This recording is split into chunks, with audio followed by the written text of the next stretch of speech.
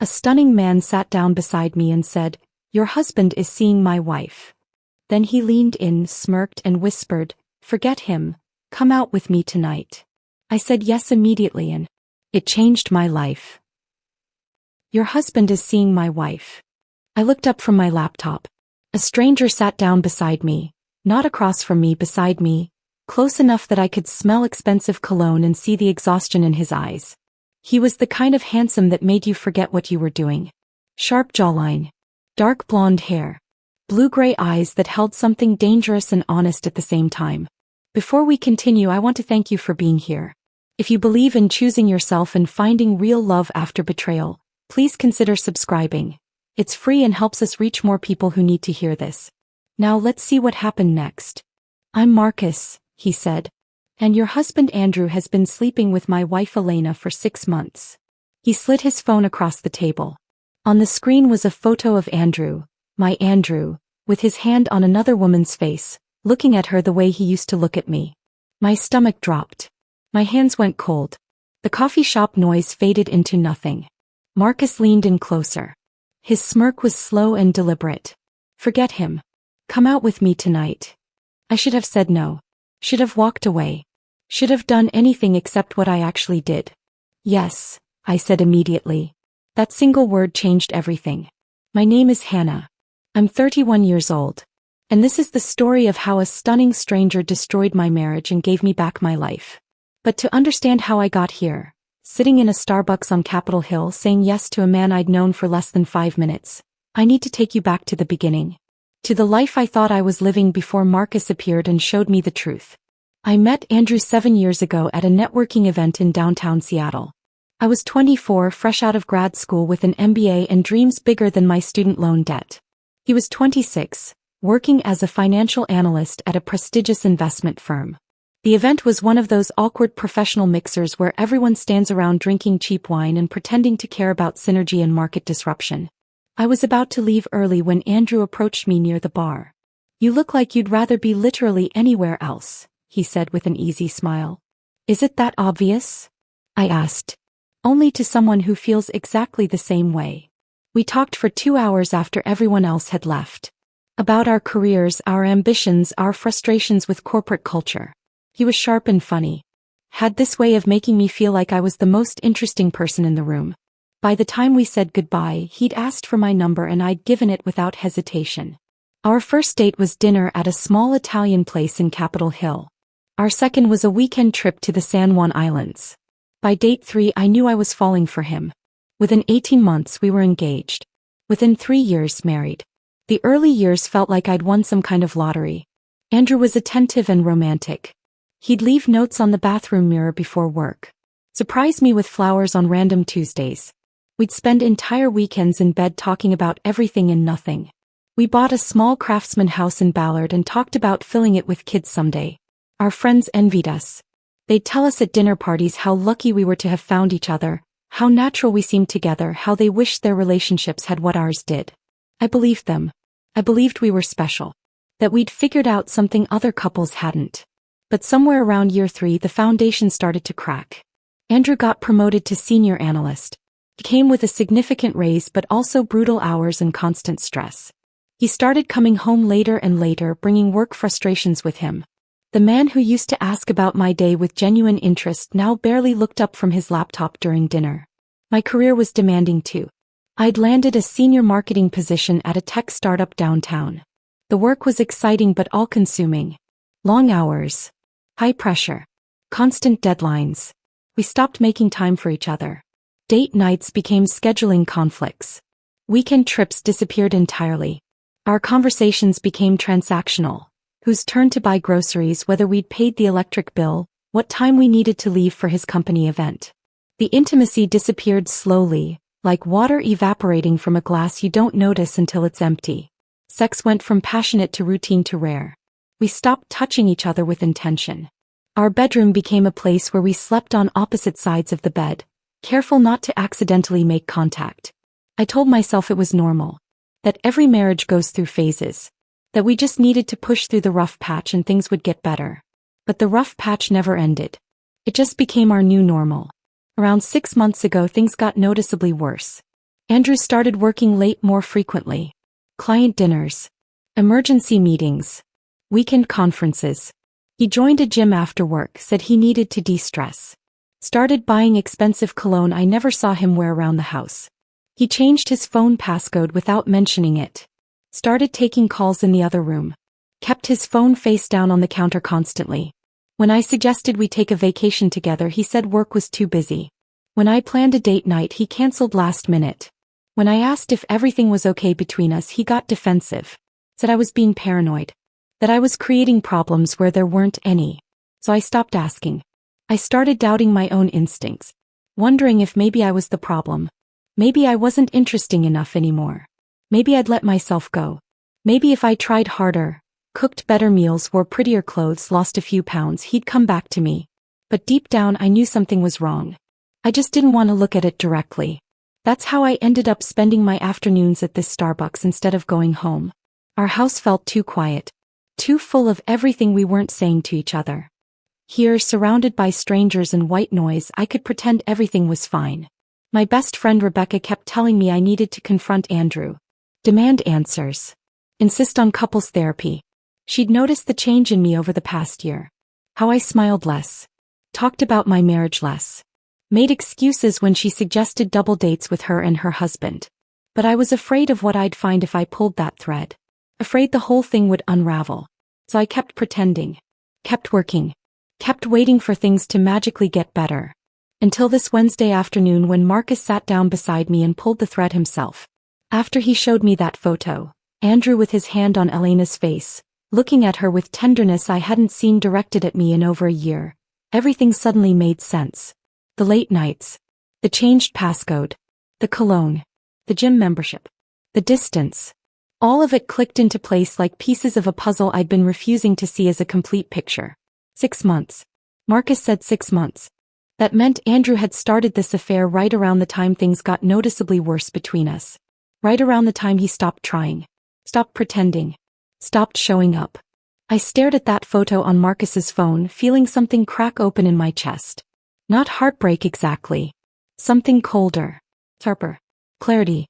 The marriage was already over. Andrew had made that decision without me. I was just the last to know. How do you know who I am? I managed to ask. Marcus leaned back slightly, giving me space to process. I hired a private investigator after I found a burner phone in Elena's gym bag 3 weeks ago. She'd been careful but not careful enough. Restaurant receipts on our joint credit card for places she claimed she'd never been. Late-night emergency meetings that didn't match her company calendar. He paused, watching my face carefully. The investigator followed her for 2 weeks. Got photos, timestamps, addresses. Your husband's name came up frequently. Your address too. Why are you telling me this? My voice sounded distant, like it belonged to someone else. Because I'm tired of being the only one who doesn't know what's happening in my own marriage, Marcus said. And I figured you deserved the truth too. I should have thanked him. Should have gathered my things and left. Should have gone home to confront Andrew like a rational adult. Instead, I sat there feeling everything I'd built over the past 5 years crumble around me. I'm sorry, I whispered. Not to Marcus. To myself. To the version of me who'd ignored every instinct, screaming that something was wrong. Marcus watched me with something that looked like understanding. Then his expression shifted. His mouth curved into that slow, deliberate smirk. Forget him, he said, voice dropping lower. Come out with me tonight. The words registered but didn't make sense. What? You heard me. His eyes held mine with startling intensity. Your husband is out there living his best life with my wife. Why should they have all the fun? Every rational thought in my head said no. Said this was insane. Said I should go home, demand answers, call a lawyer, process this betrayal like a responsible person. But I was tired of being responsible. Tired of being the wife who waited patiently at home while her husband built a secret life with someone else. Tired of ignoring my instincts and doubting myself and pretending everything was fine when it clearly wasn't. For once in my life, I wanted to do something impulsive and reckless and completely unlike myself. Yes, I said immediately. Marcus's smirk deepened into something genuine. Something that looked almost like relief. Good. Meet me at the Nest on Pike Street. 8 o'clock. Don't overthink it. He stood, pulled a business card from his wallet and wrote his phone number on the back. He slid it across the table to me. Then he walked out of the Starbucks without looking back. I sat there for another 30 minutes staring at that business card, feeling my carefully constructed life fall apart. And somewhere underneath the shock and hurt and betrayal I felt something else. Something I hadn't felt in years. Alive. For the first time in a very long time I felt completely, terrifyingly alive. I sat there holding Marcus's business card, watching through the window as he disappeared into the afternoon crowd on Capitol Hill. My coffee had gone cold. My laptop screen had dimmed to black. Around me life continued as normal. People typing, laughing, ordering drinks, while my entire world had just been rearranged. I looked down at the card. Simple. Professional. Just his name and a phone number written in confident handwriting across the back. My hands were shaking. I needed to see more. Needed to understand the full scope of what Andrew had done. Marcus had shown me one photograph, but my mind was already filling in the gaps, imagining all the moments I hadn't seen. All the lies I'd believed. I grabbed my phone and opened a text thread with Andrew. The last message was from this morning. Working late tonight. Client dinner. Don't wait up. I stared at those words. How many times had I read messages exactly like that over the past 6 months? How many times had I accepted them without question? My finger hovered over his contact. I could call him right now. Demand answers. Confront him in real time while my anger was hot and sharp. But something stopped me. If I called now he'd lie. He'd been lying for 6 months. He was good at it. Practiced. And I was tired of being the person who believed him because believing was easier than facing the truth. Instead I did something I'd never done before. Something that felt like crossing a line but also like taking back control. I opened Andrew's location sharing. We'd set it up years ago for practical reasons, so we could see when the other was close to home, coordinate dinner timing, that sort of thing. I rarely checked it anymore. Hadn't had a reason to. Till now. The app loaded. A map of Seattle appeared with a little blue dot representing Andrew's phone. He wasn't at his office downtown. He was at an address in Queen and I didn't recognize. I clicked on the dot. The address pulled up. A high-rise apartment building. Expensive. Modern. The kind of place young professionals with money lived. My stomach twisted. I checked the time. 2:30 in the afternoon. Middle of a workday. Andrew should have been at the office or in meetings. Instead he was at a residential address that wasn't ours. I sat there staring at that blue dot, feeling the last pieces of denial crumble away. This was real. This was happening. Andrew wasn't just having an affair in hotel rooms and restaurants. He was going to her home. In the middle of the day. While telling me he was at work. The humiliation burned hotter than the betrayal. I closed my laptop with more force than necessary. Shoved it into my bag along with Marcus's business card. Left money on the table for my cold coffee and walked out into the Seattle afternoon. The air was cool. Overcast. Typical for October. I started walking without a clear destination, just needing to move. Needing to do something with the energy coursing through my body. My phone buzzed. A text from Rebecca. Coffee tomorrow? You've been MIA lately. Want to make sure you're okay. I stopped walking. Stared at that message. Rebecca had been my best friend since college. She knew me better than almost anyone. For months, she'd been gently suggesting something was wrong with my marriage. Asking careful questions. Offering to listen if I needed to talk. I'd brushed her off every time. Made excuses. Defended Andrew. Insisted everything was fine. Now I realized she'd seen what I'd refused to see. I typed back, can't do tomorrow. Something came up. I'll explain soon. Her response came immediately, everything okay? I didn't know how to answer that. Nothing was okay. Everything had just fallen apart. But somehow I didn't feel as devastated as I thought I should. I'll call you later, I wrote back. I kept walking, my mind spinning.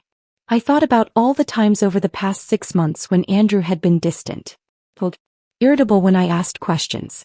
I'd blamed work stress. Blamed his promotion. Blamed everything except the obvious truth. He'd checked out of our marriage because he was building something else with someone else. And I'd let him. I'd made it easy by not asking hard questions. By accepting his excuses. By being the understanding wife who didn't make demands or create conflict. I thought about the jewelry receipt I'd found 2 months ago while looking for batteries in his nightstand. A purchase from a boutique downtown for over $2,000. I checked my jewelry box immediately, wondering if he'd bought me something for our anniversary. Nothing. I'd asked him about it casually the next day. He'd said it was a gift for a client.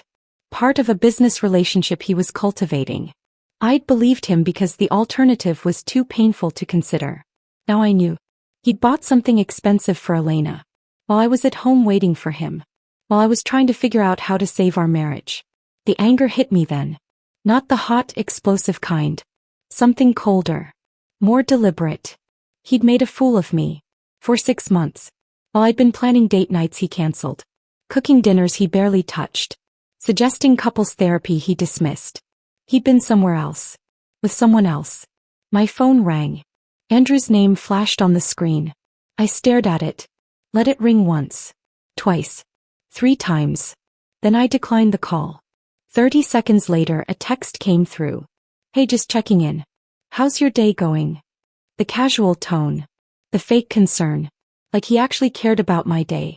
Like he hadn't been at another woman's apartment an hour ago. I typed back, fine. Busy with work. His response was immediate. Same here. Crazy day. Probably going to run late again. I almost laughed. The lie came so easily to him. So smoothly. Like he'd forgotten what truth even felt like. No problem, I wrote back. Take your time. I put my phone away and kept walking. I ended up at Cary Park without really meaning to. The view of downtown Seattle spread out before me. The Space Needle. Elliott Bay. Mount Rainier in the distance. It was beautiful. Peaceful. Nothing like the chaos in my head. I sat on a bench and finally let myself think about Marcus. He'd been living with this knowledge for 3 weeks. Sitting on evidence of his wife's affair. Watching her come and go. Listening to her lies. That had to be torture. But instead of just confronting Elena or filing for divorce quietly, he tracked me down. Found me at a coffee shop I frequented. Sat down beside me and blown up my life with 6 words. Why?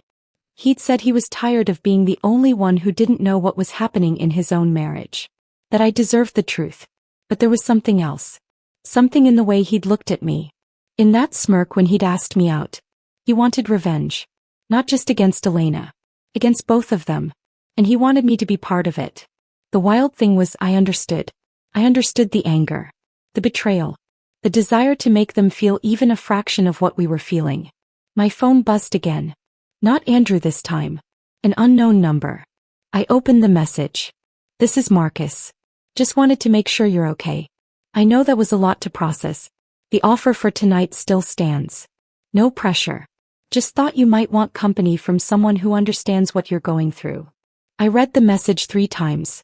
He was giving me an out. Making it clear I could say no. That there was no obligation. But he'd also given me his number. Made the first move. Opened the door. I thought about going home. Sitting in that empty house. Waiting for Andrew to come back from wherever he actually was. Pretending I didn't know. Playing the role of the oblivious wife for one more night. The thought made me feel sick. I looked out at the Seattle skyline. The city I loved. The life I'd built here. The marriage I'd thought was solid. All of it felt different now. Like I'd been living in a carefully constructed illusion and someone had finally pulled back the curtain. I opened my text thread with Marcus and started typing. I'm okay. Or I will be. What time did you say? The response came within seconds. 8 o'clock. The Nest on Pike Street. I'll be at the bar. I sent back a simple thumbs up. Then I stood from the bench and headed back toward my car. I had 5 hours to figure out what I was doing. 5 hours to decide if I was really going to meet a stranger for drinks while my husband was presumably with his mistress. The old Hannah would have gone home. Would have confronted Andrew. Would have handled this the responsible, mature way. But the old Hannah had been blind. Had ignored her instincts. Had let herself be made into a fool. This Hannah, the one who now knew the truth, wanted something different. I wanted to feel seen. To feel wanted. To feel like I mattered to someone. Even if that someone was a stranger using me for revenge. At least he was honest about it. I drove home with Marcus's text still glowing on my phone screen. 8 o'clock. The Nest on Pike Street. I'll be at the bar. 5 hours. I had 5 hours to decide if I was really doing this. But first I needed to go home. Not to confront Andrew, he wasn't even there, but to see our house with new eyes. To look at the life we'd built and understand how much of it had been real and how much had been performance. The drive from Cary Park to Ballard took 20 minutes.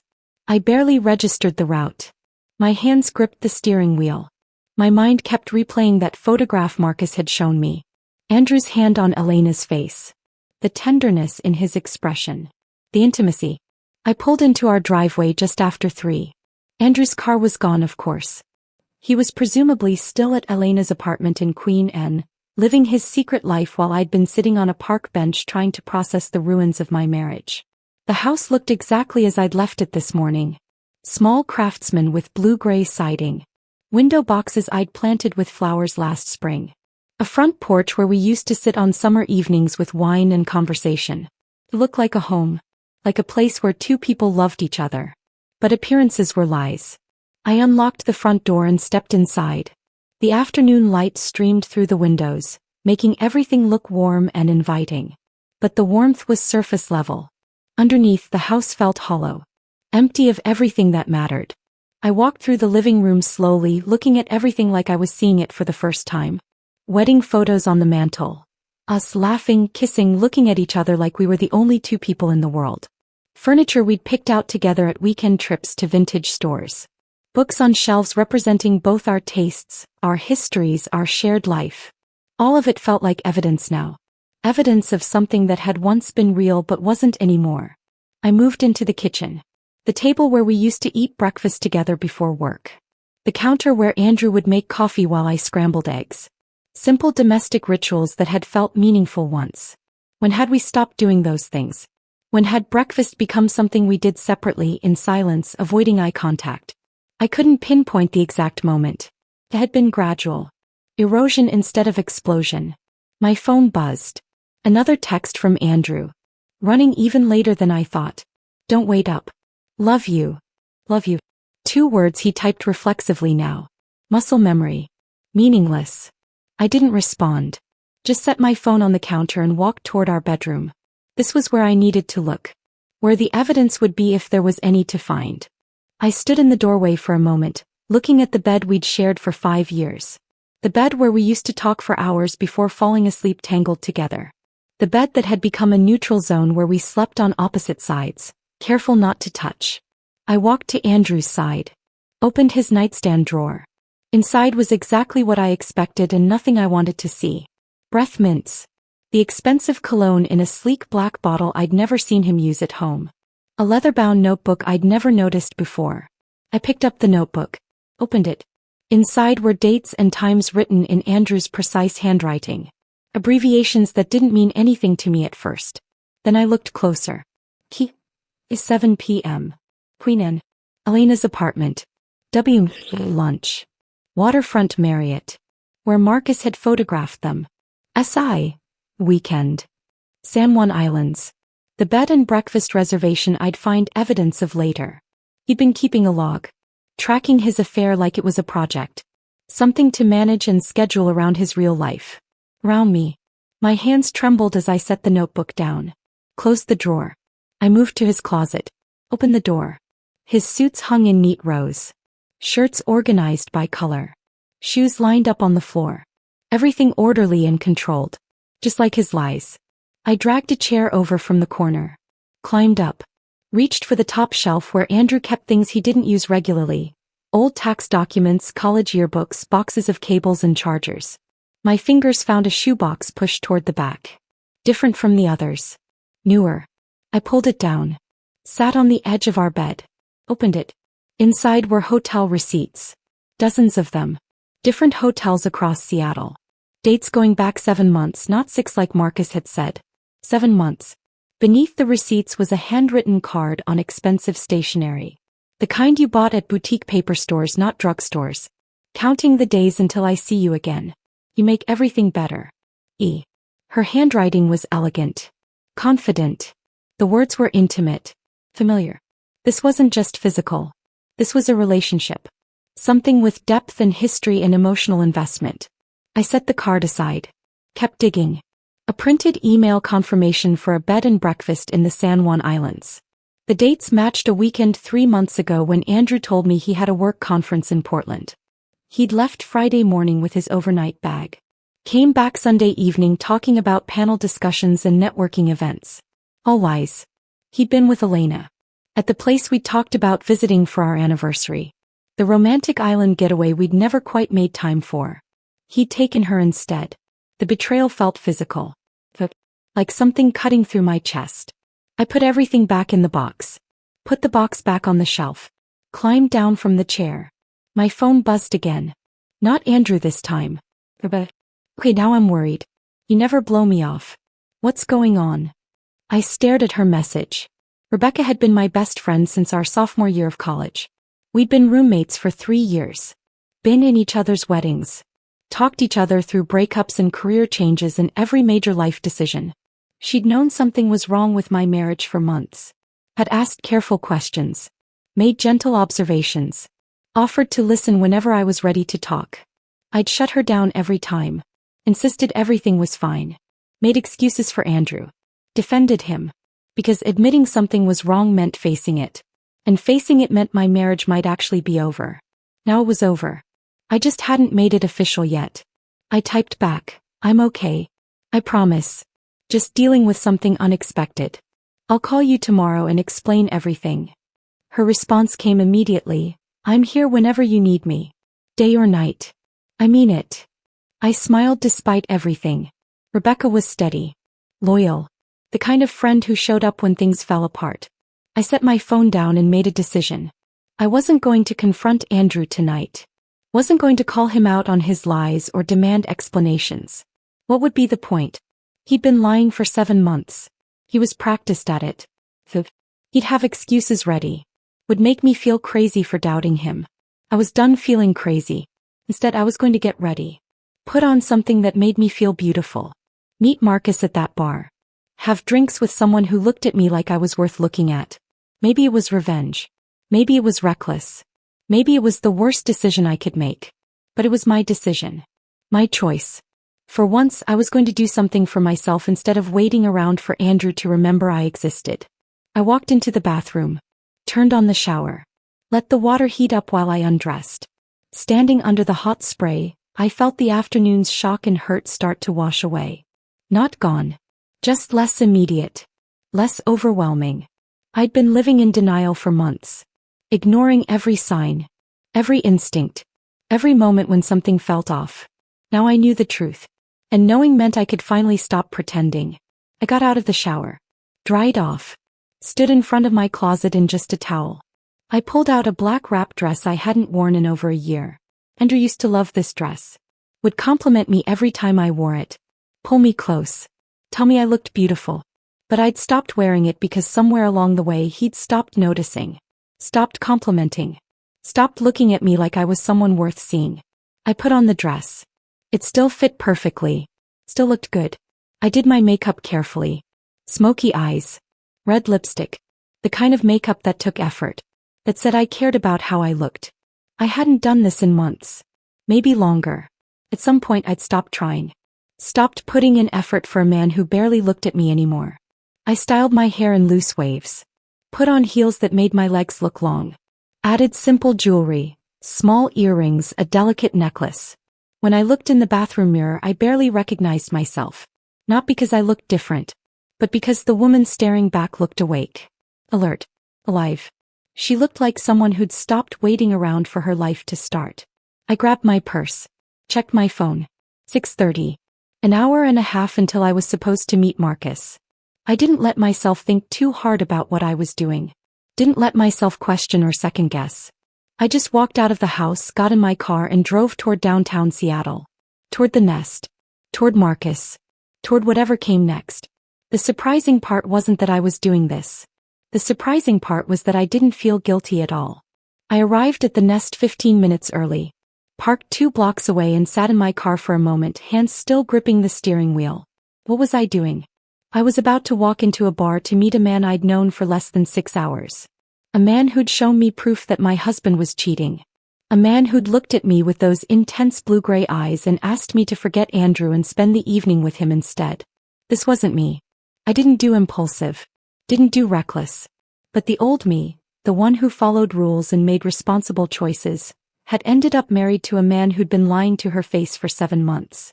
Maybe it was time to try something different. I checked my reflection in the rearview mirror one last time, touched up my lipstick, took a deep breath. Then I got out of the car and walked toward the bar before I could change my mind. The Nest was exactly the kind of place I expected Marcus to choose. Upscale without being pretentious.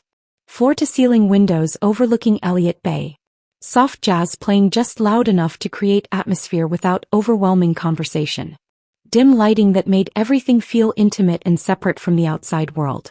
I spotted Marcus immediately. He was leaning against the bar in dark jeans and a fitted navy button-down with the sleeves rolled to his elbows. The casual elegance of someone who knew exactly how good he looked without trying too hard. When he saw me walk in, his entire face changed. Not a polite smile. Real pleasure. Like seeing me was the best part of his day. When was the last time Andrew had looked at me like that? I couldn't remember. "You actually came," Marcus said as I approached. "Did you think I wouldn't? I thought there was a 50-50 chance you'd go home, confront your husband, and decide I was just some crazy person who ambushed you at Starbucks." He signaled the bartender. "I'm really glad you didn't." "Honestly," I said. "I considered it." "What changed your mind?" I thought about the shoebox of hotel receipts, the notebook tracking his affair like a project, the 7 months of calculated lies. I realized confronting him wouldn't change anything. He made his choice. Now I'm making mine. Something flickered in Marcus's expression. Understanding maybe. Or recognition. The bartender appeared. Marcus ordered whiskey neat. I ordered an old-fashioned because it felt like the kind of drink you ordered when your life was falling apart and you were meeting a stranger in a bar. We took our drinks to a private booth in the corner. The view through the windows was stunning. The Seattle skyline glittering against the dark water, ferries crossing the bay, the city alive with lights and movement. It looked peaceful. Beautiful. Nothing like the chaos inside me. "So," Marcus said, settling into the booth across from me. "How are you feeling?" I laughed. Couldn't help it. "That's a loaded question." "Fair enough." He took a sip of his whiskey. "Let me rephrase. What happened after I left the coffee shop?" I told him. About tracking Andrew's location to an apartment in Queen Anne. About going home and searching through his things. About the notebook and the receipts and the card from Elena. Marcus listened without interrupting. His expression shifted as I talked. Anger, sympathy, recognition. When I finished, he shook his head slowly. 7 months, he said. "Elena told me it started 6 months ago at that conference. But if you found receipts going back 7 months. She lied to you too," I said. "Apparently." He drained the rest of his whiskey. "I hired the investigator 3 weeks ago after I found the burner phone. He confirmed the affair but only tracked them back 6 months. I should have told him to dig deeper. Would it have made a difference?" Marcus considered that. "Probably not. 6 months. 7 months. Either way, they both chose to do this. To lie to us. To build something secret while we sat at home being faithful." The word faithful hit harder than I expected. As I had been faithful. For 5 years of marriage, through all the distance and coldness and neglect, I'd never once considered being with someone else. Till now. "Tell me about Elena," I said, needing to shift the conversation away from Andrew for a moment. Marcus leaned back in the booth. "We met in college. University of Washington. I was studying architecture. She was pre-law. We were together 6 years before we got married." "What was she like then?" "Ambitious. Driven. I liked that about her initially. She knew what she wanted and went after it." He paused. "But somewhere along the way, her ambition became the only thing that mattered. She postponed having kids because she wanted to make partner first. Worked 70-hour weeks. Stopped coming home for dinner. Stopped asking about my day or telling me about hers." Sounded painfully familiar. "I wanted to build a family," Marcus continued. "Design our dream house. Raise kids. Create something lasting. Elena wanted the corner office and her name on the letterhead. Those goals pulled us in different directions until we were basically roommates who shared a last name." "When did you realize it was over?" I asked. "Honestly, about a year ago. But I kept trying. Suggesting date nights she was too busy for. Planning vacations she canceled. Asking if we could talk about having kids and getting shut down every time." He met my eyes. "Sound familiar?" "Painfully." We sat in silence for a moment. The jazz played softly. Around us, other couples talked and laughed, living their normal lives. The investigator said the affair started at a legal conference, Marcus said. Andrew's firm and Elena's firm both had panels. They met at some networking event. Started talking. Exchanged numbers. How romantic, I said, unable to keep the bitterness out of my voice. Right. Marcus signaled the bartender for another round. They connected over their demanding careers and absent spouses. Probably bonded over how hard it is to maintain work-life balance. Then decided the solution was to sleep with each other instead of, actually communicating with the people they married. The bartender brought fresh drinks. I took a long sip of my old-fashioned, letting the whiskey burn down my throat. Can I ask you something? I said. Why did you wait 3 weeks to tell me? You found out about the affair. Hired an investigator. Got all the proof. Why not just confront Elena? Or file for divorce quietly? Why track me down? Marcus studied his glass for a moment before answering. Because I was tired of being the only one who didn't know what was happening in my own life. Elena had been lying to me for months. Making decisions about our marriage without my input. I wanted to give you the same information. The same choice. But there's more to it than that, I said. Isn't there? His mouth curved into that slow, deliberate smirk I'd seen in the coffee shop. You're perceptive. So what's the real reason? Revenge, he said simply. I wanted Andrew and Elena to know what it feels like to be on the other side. To come home and realize your spouse isn't waiting. Isn't sitting there being faithful while you're out building your secret life. I should have been put off by that. By the calculated nature of it. But I wasn't. Because I understood it. Completely. And what do you get out of this? I asked. Besides revenge? Marcus leaned forward. The dim lighting made his eyes look darker. More intense. Honestly, I wanted to meet you. The investigator's report had your name and address. Basic facts. But I wanted to know who you actually were. The woman Andrew was willing to risk everything to betray. The way he said it, not with pity or curiosity but with genuine interest, made my breath catch. And what do you think now? I asked. I think Andrew's an idiot, Marcus said. I think he had something real and traded it for something secret. And I think you deserve better than being someone's backup plan. Something shifted in the air between us. The conversation had moved from shared pain to something else. Something charged and dangerous and electric. I realized I was leaning toward him across the table. That his hand had moved closer to mine. That I wanted him to close the remaining distance. Hannah, Marcus said softly. I need you to know this isn't just about revenge for me. Not anymore. What is it about? This. He reached across the table and took my hand. His touch was warm. Deliberate. This conversation. The fact that I've known you for 6 hours and already feel more connected to you than I have to Elena in the past 2 years. My heart was racing. Marcus. I know it's crazy, he said. I know we're both in the middle of our marriages falling apart. I know this is probably the worst possible timing. But I don't regret approaching you today. Not for a second. I looked at our hands. His fingers laced through mine. The simple intimacy of it. I don't regret saying yes, I whispered. Marcus smiled. Not the smirk this time. Something real and genuine and vulnerable. Good, he said. We stayed at the bar for another hour. Talking about everything and nothing. Our childhoods. Our careers. The dreams we'd had before life got complicated. The things we still wanted if we ever got the chance. Marcus told me about his architecture firm. About designing affordable housing for communities that needed it. About how Elena had always thought he should go into commercial development instead. Where the real money was. I told him about my marketing work. About the startup and the long hours and how throwing myself into my career had become a way to avoid going home to an empty house. Around midnight, Marcus paid the tab and we walked outside. The night air was cool and clear. The waterfront stretched out before us, dark water reflecting city lights. Walk with me? Marcus asked. I nodded. We walked along the pier, close enough that our shoulders brushed. Close enough that I could feel the warmth radiating from him. When did you stop being happy? Marcus asked suddenly. I thought about it. Really thought about it. I don't think it was one moment. It was gradual. Like watching a sunset, where you don't notice it getting dark until you're already in shadow. Marcus stopped walking, turned to face me fully.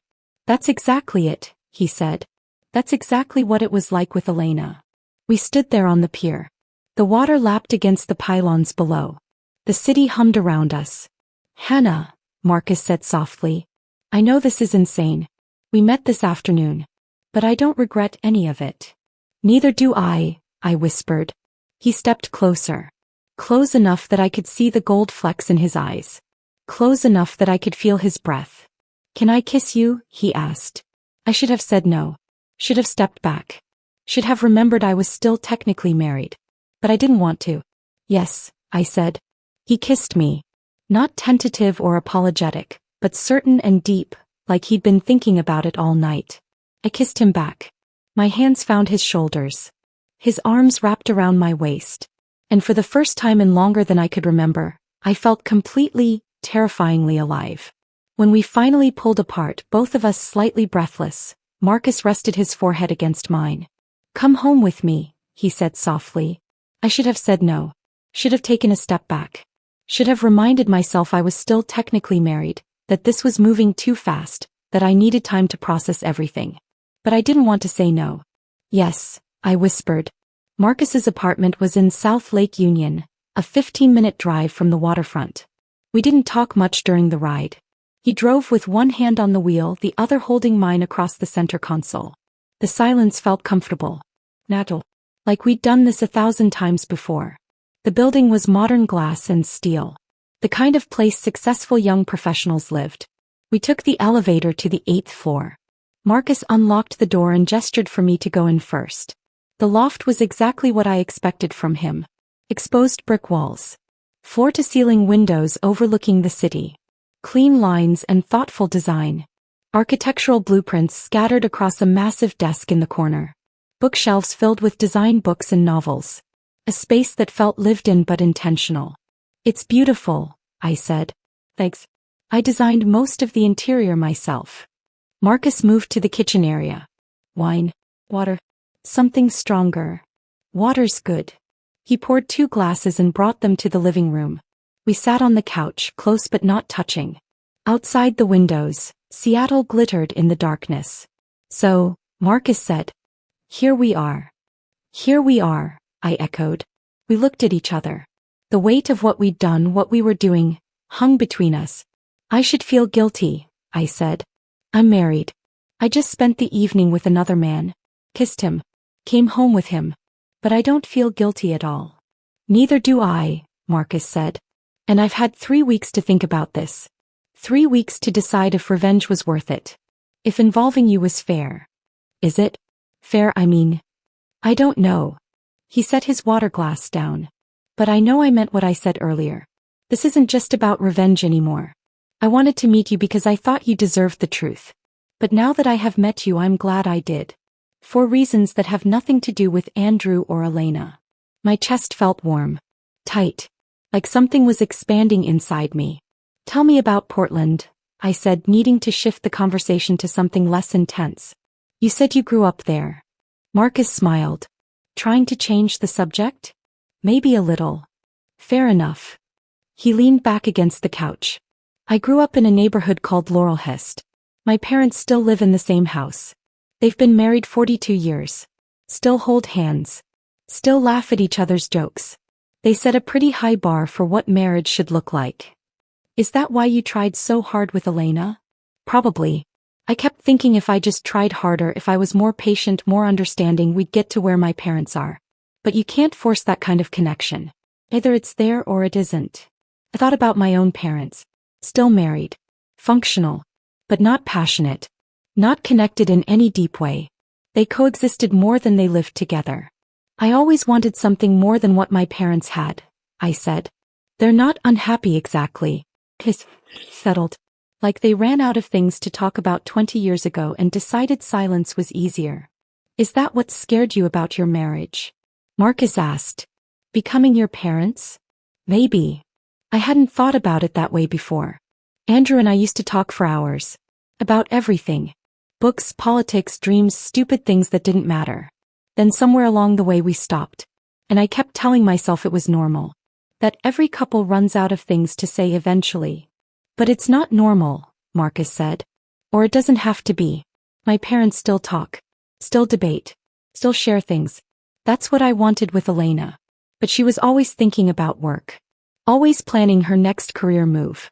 I became background noise in her life. We talked until the sky started to lighten. About childhood memories and family dynamics. About career aspirations and the compromises we'd made. About the lives we'd imagined versus the ones we were actually living. Marcus told me about his architecture firm. How he'd started as a junior designer and worked his way to junior partner.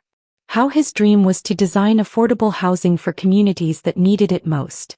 How Elena had always thought that was naive. That he should focus on luxury developments where the real money was. I told him about my marketing career. How I'd thrown myself into work as my marriage deteriorated. How being good at my job became a replacement for being happy at home. Somewhere around 5 in the morning we moved to his bedroom. Not for sex.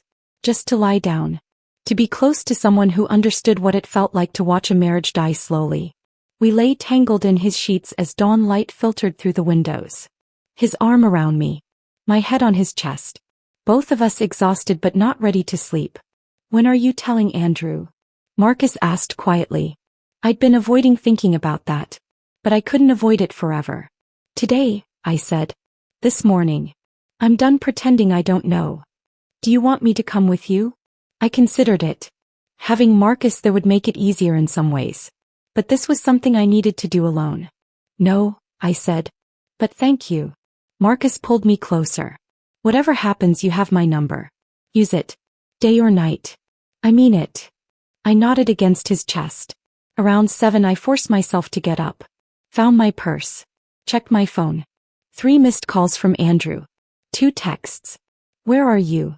Getting worried. Call me. I almost laughed. Getting worried. Like he had any right to worry after 7 months of lying. I typed back. Stayed at Rebecca's. Needed space to think. Coming home soon. His response came within seconds. Okay. See you soon. Not, are you okay? Not, what's wrong? Just, okay. Like I was an appointment on his calendar. Marcus drove me back to the Starbucks where this had all started. Less than 24 hours ago, I'd been sitting at that same table thinking my biggest problem was a distant husband. Now I knew the truth. And I had to face it. Thank you, I said before getting out of his car. For telling me. For last night. For all of it. Marcus took my hand. Don't thank me yet. This is going to get messy. I know. But you're doing the right thing. Confronting him. Not letting him keep lying. I nodded. Squeezed his hand once. Then got out and walked to my car. The drive back to Ballard felt surreal. Like I was floating outside my body watching myself go through the motions. Park in the driveway. Walk to the front door. Turn the key. Andrew was in the kitchen making coffee. He wore the suit I'd bought him for his birthday.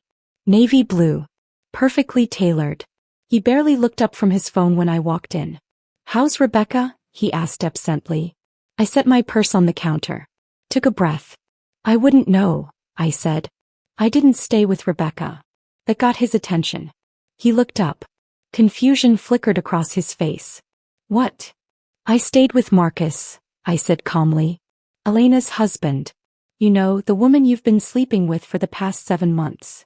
All the color drained from Andrew's face. His phone slipped from his hand, clattering onto the counter.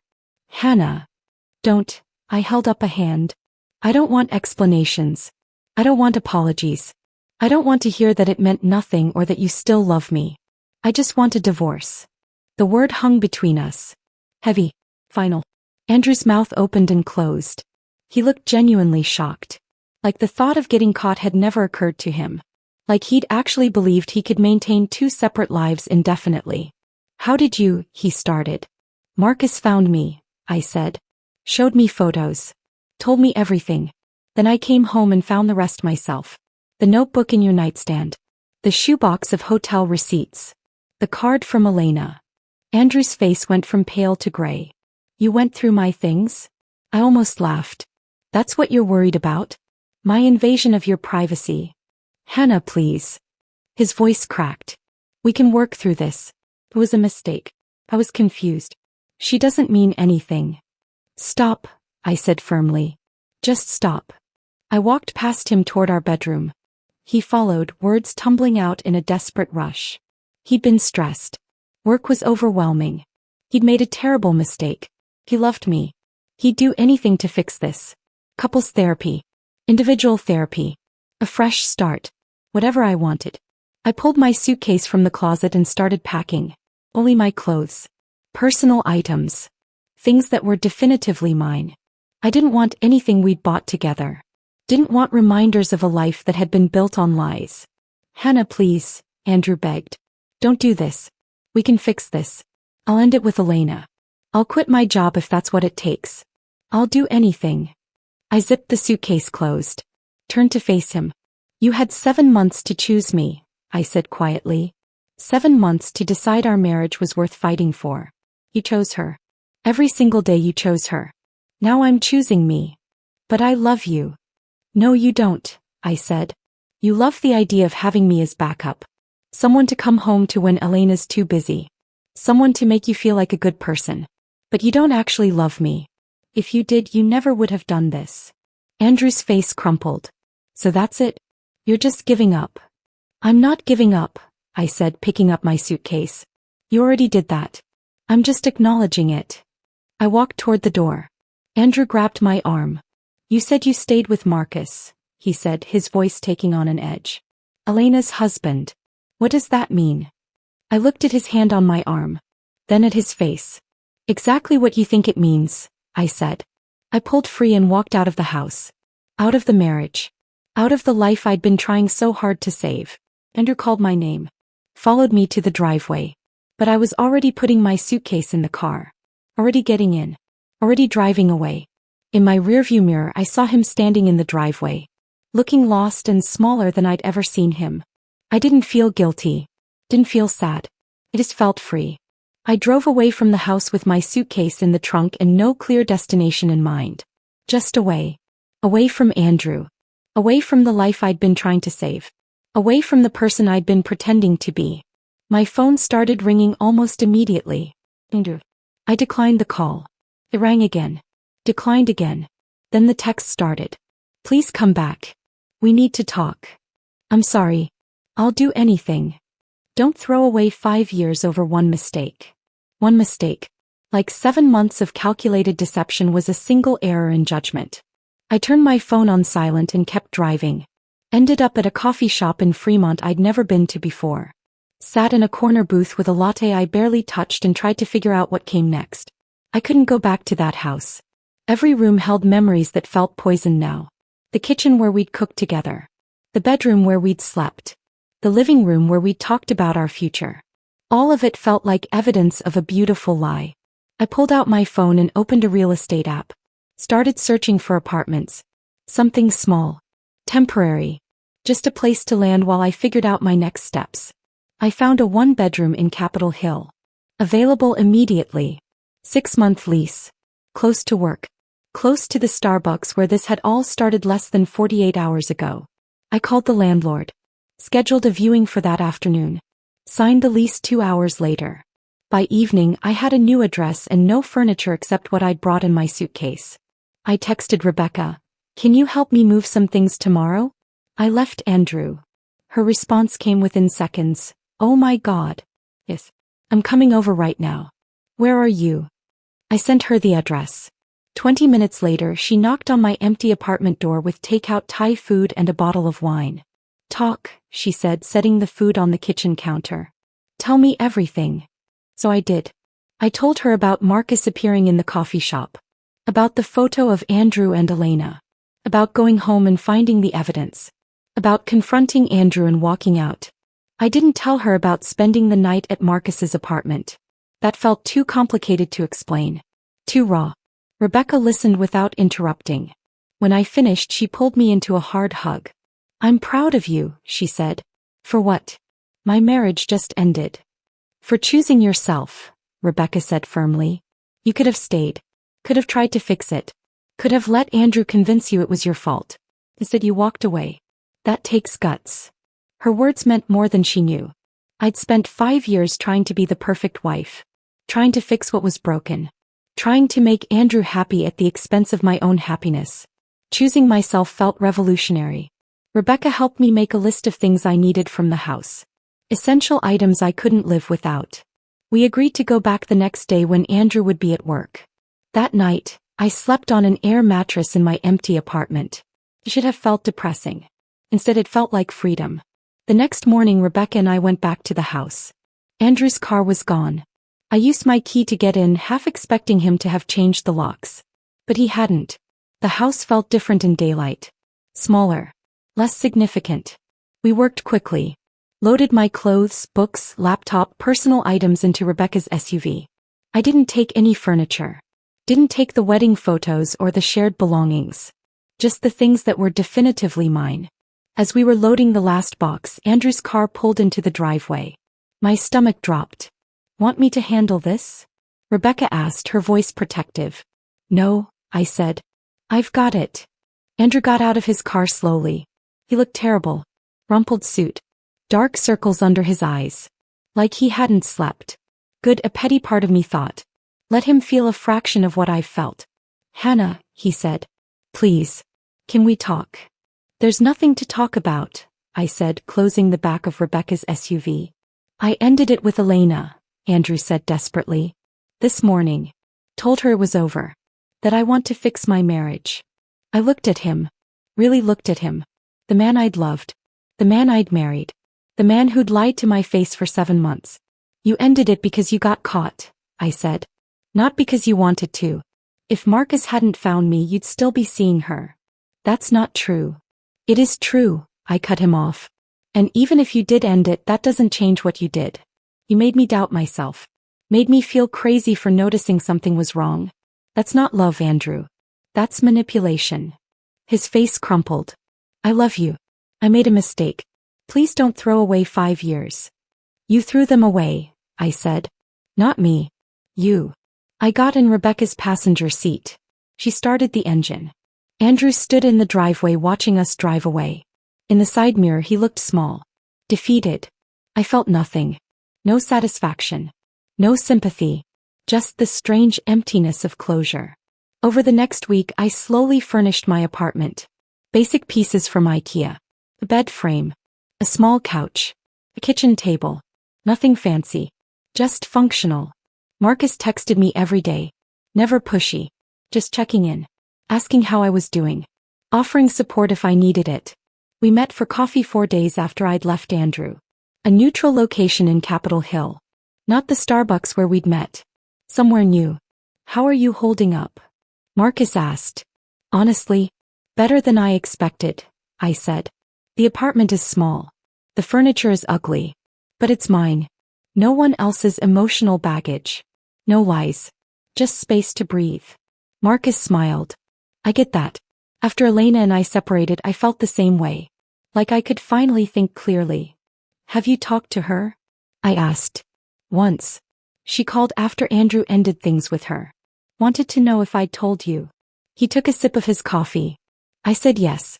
He called me vindictive. Said I'd destroyed her relationship out of spite. Did you tell her Andrew was married too? I did. She claimed she didn't know at first. That by the time she found out, she was already in too deep. Marcus shook his head. I don't know if I believe that. But it doesn't matter anymore. I filed for divorce last week. How did she take it? About as well as you'd expect. Bigger. Blame. Accusations that I'd given up too easily. He met my eyes. But I didn't give up. She did. When she chose to lie. When she chose him. We sat in comfortable silence for a moment. Can I ask you something? Marcus said. Sure. Are you doing this, seeing me because you want to? Or because you're trying to hurt Andrew? The question was fair. Honest. The kind of question someone who'd been lied to would need answered. At first. I admitted. Maybe partly revenge. But now. I'm here because I want to be. Because talking to you feels easy. Like I don't have to pretend or perform. Marcus reached across the table and took my hand. Good. Because I'm not interested in being anyone's revenge plot. I want this to be real. Me too, I said. We started seeing each other regularly after that. Coffee dates. Walks through different Seattle neighborhoods. Dinner at quiet restaurants where we could talk for hours without interruption. Marcus told me about his parents in Portland. How they'd been married 42 years. How they still held hands. Still laughed at each other's jokes. How they'd set an example of what marriage could be when both people actually showed up. I told him about my parents in Spokane. Their functional but passionless marriage. How they coexisted more than they lived together. How I'd wanted something different. Something with more connection. We were both learning what we actually wanted. Not what we thought we should want. Not what other people expected. Just what felt true. 3 weeks after I'd left Andrew, Rebecca insisted on meeting Marcus. She invited us both to brunch at her favorite spot in Fremont. I was nervous. Rebecca was fiercely protective. If she didn't like Marcus, she'd tell me. Loudly. Marcus arrived exactly on time, dressed casually but polished. He shook Rebecca's hand. Asked her about her work as a pediatric nurse. Listened when she talked about her kids. Made her laugh with a story about a disastrous architecture project. Halfway through brunch, Marcus excused himself to use the bathroom. The second he was out of earshot, Rebecca leaned across the table. Okay, she said. He's unfairly handsome. I was prepared to hate him on principle because of how this started. But he seems genuine. You think so? Hannah, he looks at you like you hung the moon. Like you're the most interesting person he's ever met. He squeezed my hand. Andrew never looked at you like that. Not even in the beginning. My chest felt warm. I really like him. I can tell. Just be careful. You're still rebuilding. Make sure you're doing this for the right reasons. I am, I said. I promise. When Marcus came back, the three of us talked like old friends. Rebecca told embarrassing stories from our college years. Marcus shared stories about disastrous client meetings. By the end of brunch, Rebecca pulled me aside. He's good for you, she said. I approve. That mattered more than I wanted to admit. As Marcus and I walked to our cars after brunch, he took my hand. Your friend is great, he said. She liked you too. Good. Because her opinion matters to you. And what matters to you matters to me. I stopped walking. Looked at him. Marcus, I said. This is real for me. I need you to know that. He pulled me closer. It's real for me too. We stood there on the sidewalk. Two people rebuilding in the wreckage. Two people choosing honesty over comfort. And for the first time in years, I felt like I was exactly where I was supposed to be. We stood there on the Fremont sidewalk, Marcus's words hanging in the air between us. What matters to you matters to me. It felt like a promise. Like something real and solid I could hold on to. Come on, Marcus said, squeezing my hand gently. Let me drive you home. Home. My small apartment in Capitol Hill that barely had furniture. But it was mine. And hearing Marcus call it home made it feel less temporary. Less like a place I was hiding and more like a place I was building. 3 weeks later, Marcus called me on a Thursday evening. His voice sounded different. Tighter. More controlled. I filed for divorce today, he said. Made it official. How do you feel? I asked. Relieved. Angry. All of it at once. He paused. My lawyer was thorough.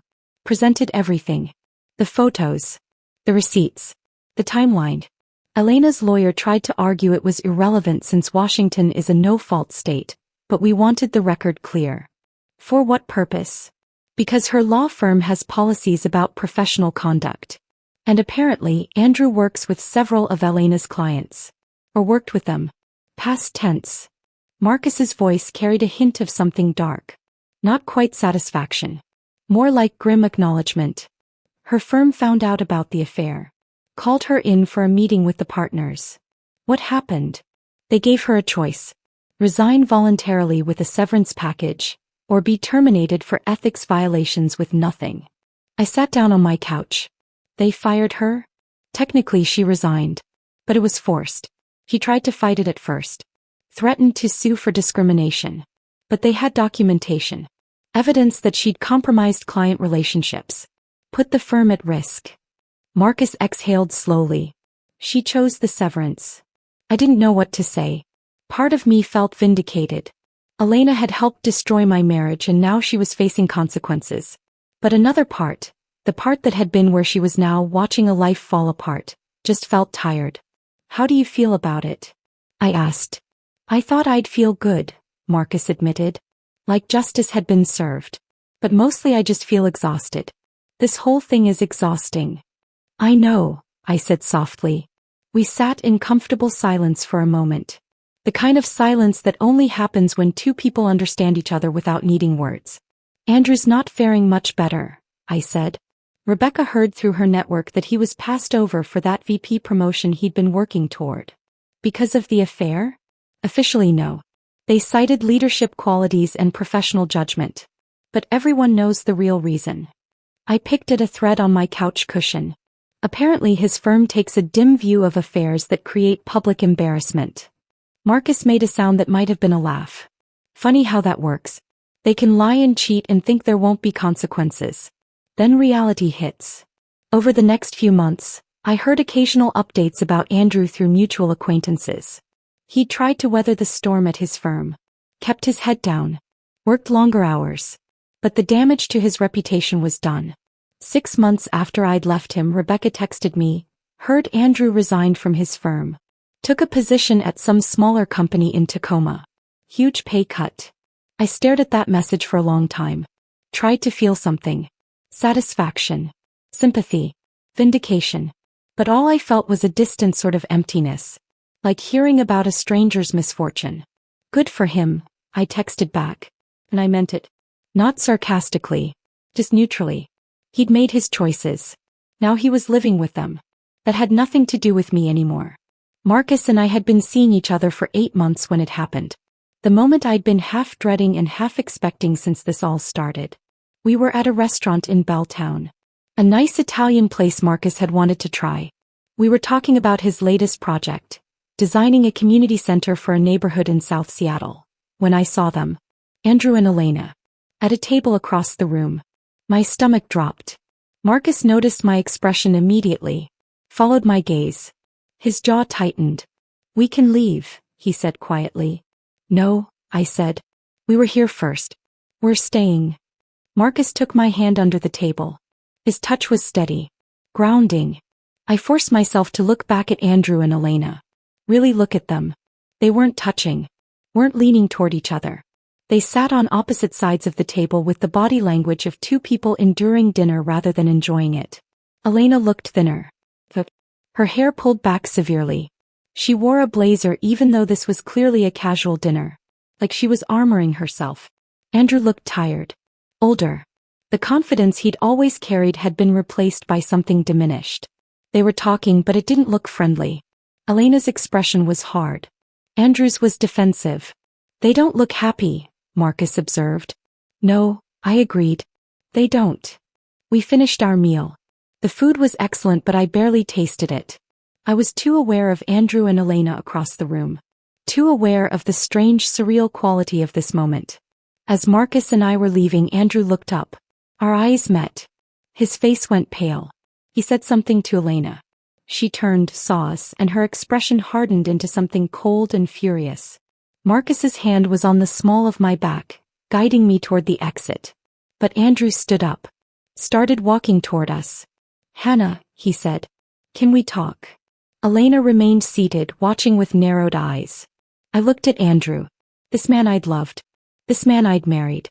This man who'd lied to my face for 7 months. He looked smaller somehow. Like he'd been hollowed out. There's nothing to talk about, I said calmly. He glanced at Marcus, then back at me. I want you to know I'm sorry. For everything. I was selfish and stupid and I destroyed the best thing I ever had. Part of me wanted to agree with him. To make him feel the weight of what he'd done. But that would require caring more than I did. I appreciate that, I said. But I've moved on. You should too. His eyes flicked to Marcus again. To Marcus's hand on my back. With him. That's not your business anymore, I said. Andrew's face crumpled slightly. Like he'd been holding on to hope that maybe, eventually, I'd forgive him. That maybe we'd find our way back to each other. But that was never going to happen. Goodbye, Andrew, I said. Marcus and I walked out. The cool evening air felt like relief. You okay? Marcus asked once we were outside. Yeah, I said. And I meant it. I didn't feel anything. No anger. No hurt. Just nothing. Like running into someone I used to know a long time ago. Marcus pulled me close. That's growth. Is it? It means you've really moved on. Not just said you have. Actually done it. We walked to his car in comfortable silence. Once inside, Marcus turned to me. For what it's worth, he said, he's an idiot for losing you. I smiled. You're biased. Absolutely. But I'm also right. A few weeks later, Rebecca called me with news she'd heard through her network. So apparently Andrew and Elena's relationship is imploding, she said without preamble. I was at my apartment cooking dinner. I put her on speaker and kept chopping vegetables. What happened? Turns out the excitement was only there when it was secret. Once they were both single and could actually be together publicly, reality hit. They fight constantly. About money, about jobs, about whose fault everything is. Interesting. Elena blames Andrew for being careless. Says he's the reason they both got caught and lost everything. Andrew blames Elena for being too ambitious. For not being satisfied with what they had. I thought about that. About two people who'd destroyed their marriages for a fantasy. Who'd built something on deception and secret moments and the thrill of getting away with it. Of course it couldn't survive daylight. They're realizing what they had wasn't real, I said. It was just an escape from their actual problems. And now that it's their only reality, it's not enough. Exactly, Rebecca said. Karma's working overtime. I thought about that word. Karma. Like the universe was balancing scales. Making things fair. But it wasn't karma.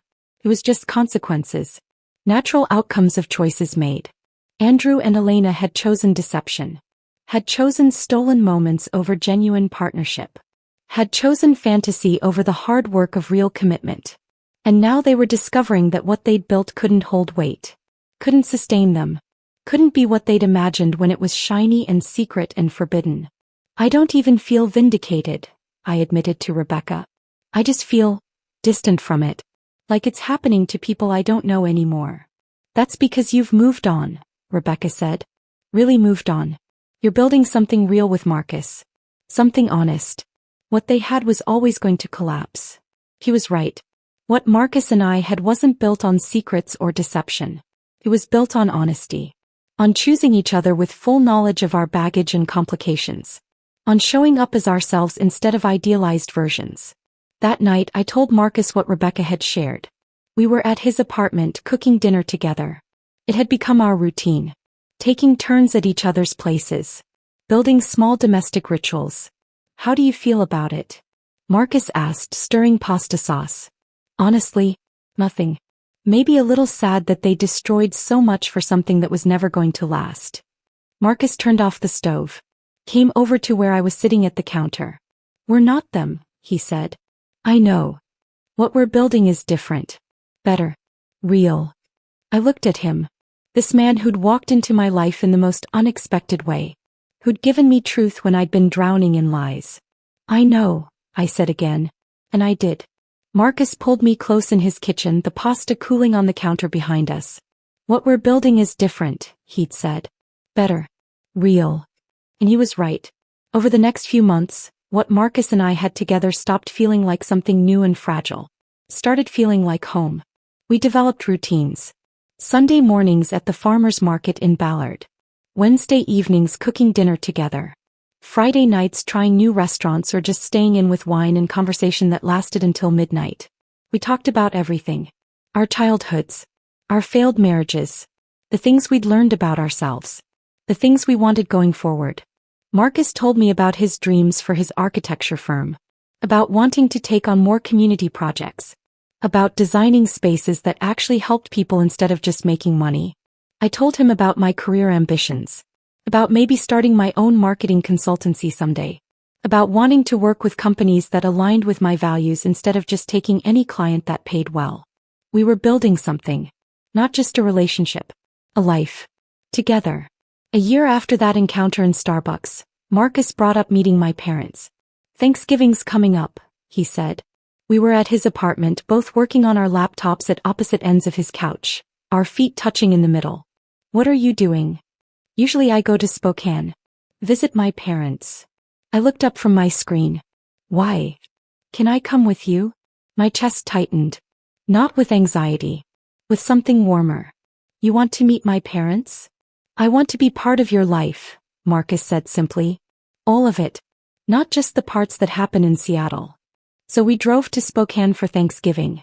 5 hours through eastern Washington, the landscape changing from evergreen forests to rolling hills to flat agricultural land. My mother had been skeptical when I'd told her about the divorce. Worried I was making a mistake. Concerned about what people would think. She'd liked Andrew. Thought we were the perfect couple. But when she met Marcus, saw how he helped carry groceries in, how he asked genuine questions about her garden, how he made me laugh in the kitchen while we prepped vegetables, her concerns melted away.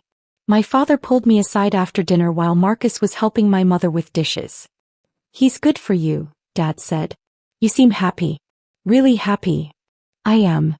I didn't realize how long it had been since I'd seen you like this, he continued. The last few years with Andrew you seemed dimmed somehow. Like you were working really hard at being okay but weren't actually okay. His observation hit me harder than expected. I hadn't realized how much I'd been pretending.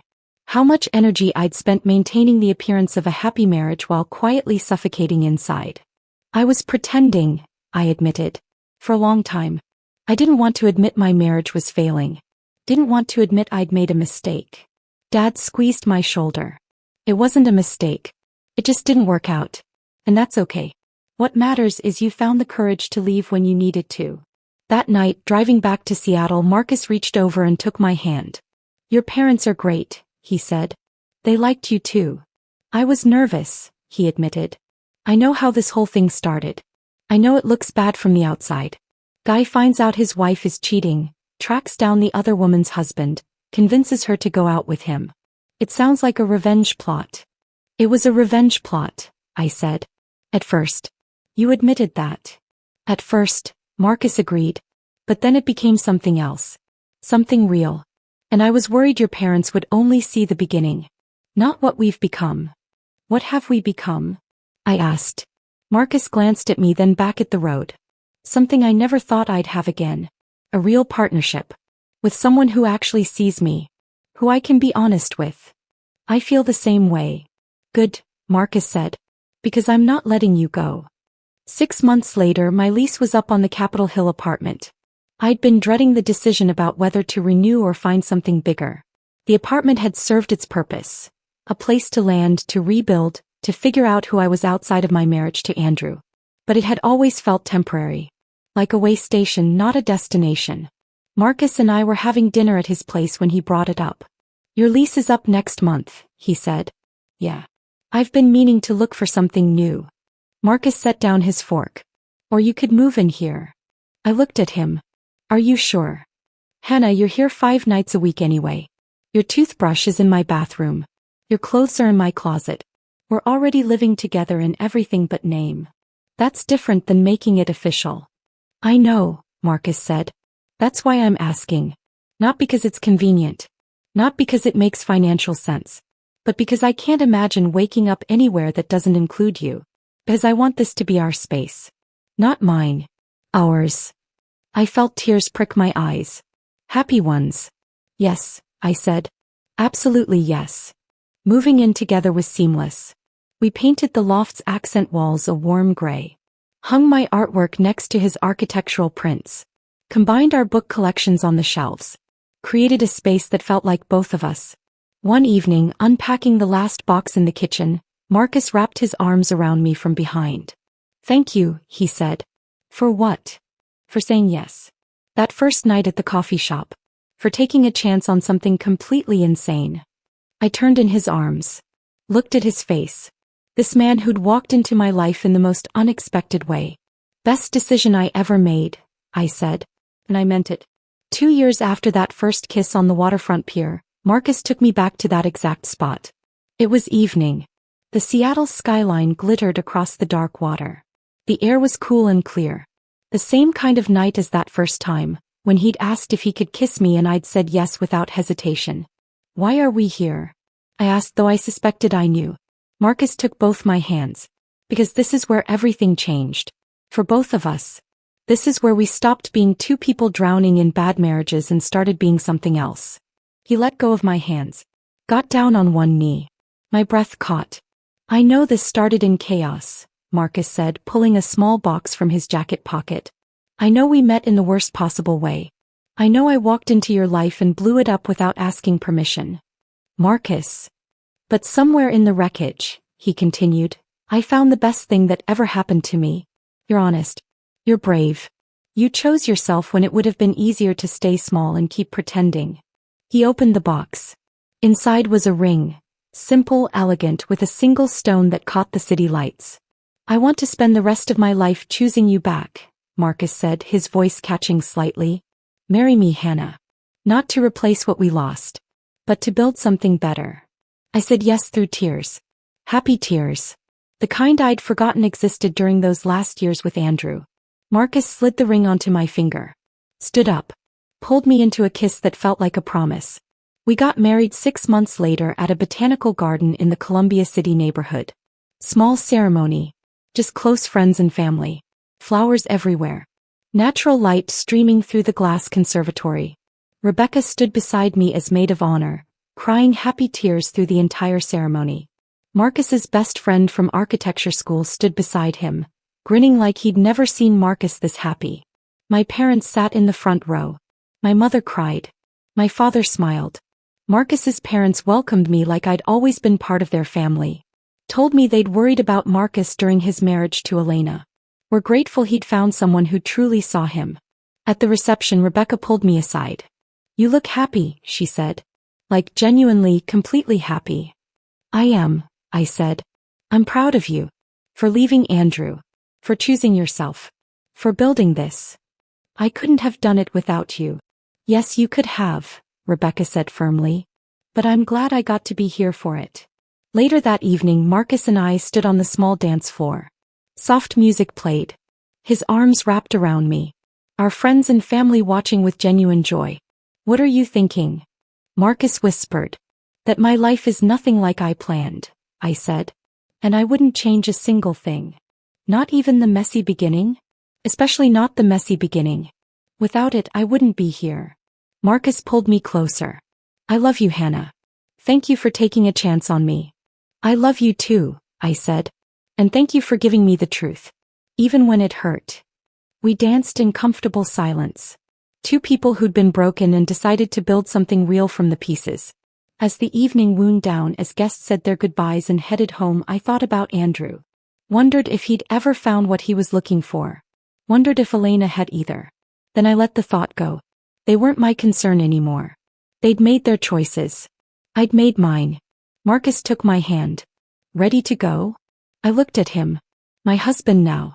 My partner. The man who'd walked into a coffee shop and changed everything. Yeah, I said. I'm ready. We walked out into the Seattle night. Hand in hand. Starting the next chapter of our lives. Together. Honestly. With no secrets. No lies.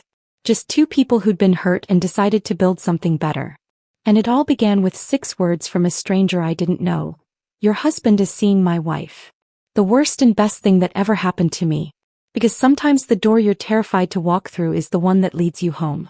And sometimes the life you didn't plan is better than the one you did. I'd spent 5 years trying to save something that was already dead. Trying to be enough for someone who'd already chosen someone else. The day I let go was the day I finally started living. And I'd never been happier. If this story of unexpected betrayal and second chances had you hooked from start to finish, hit that like button right now. My favorite part was when Hannah confronted Andrew with zero emotion, showing him she'd completely moved on. What was your favorite moment? Drop it in the comments below. Want more powerful stories of starting over and finding real love? Subscribe and hit that notification bell so you never miss an upload.